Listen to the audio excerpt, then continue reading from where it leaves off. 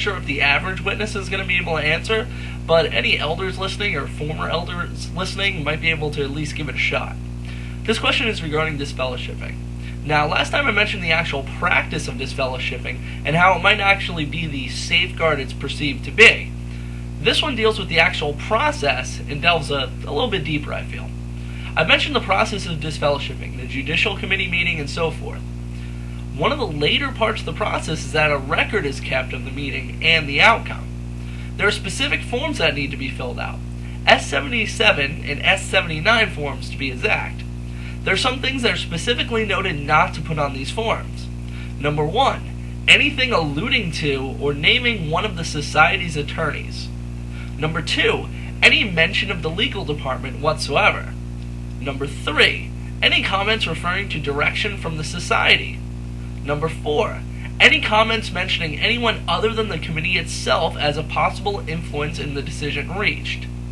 Number 5, any comments that might suggest to someone with a critical eye that the committee did not reach its decision on its own, but instead somehow yielded to the influence of an outside party.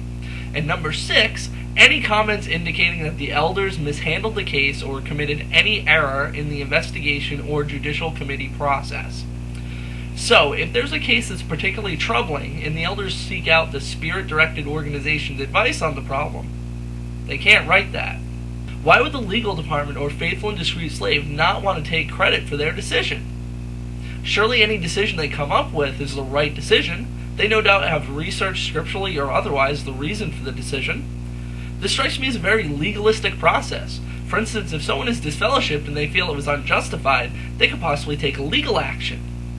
If they do take legal action, the only thing this protects is the assets of the Watchtower organization. In following this process, the local kingdom hall and the elders themselves are legally responsible for all decisions, even if they were acting on strict orders from, well, headquarters, so to speak. Why would the society put a procedure in place which puts the local body of elders in such a vulnerable legal position through no fault of their own? More importantly, why do they want to hide the direction on the matter? So, tough question number 25 is, why would the society put a procedure like this in place, given the preceding questions?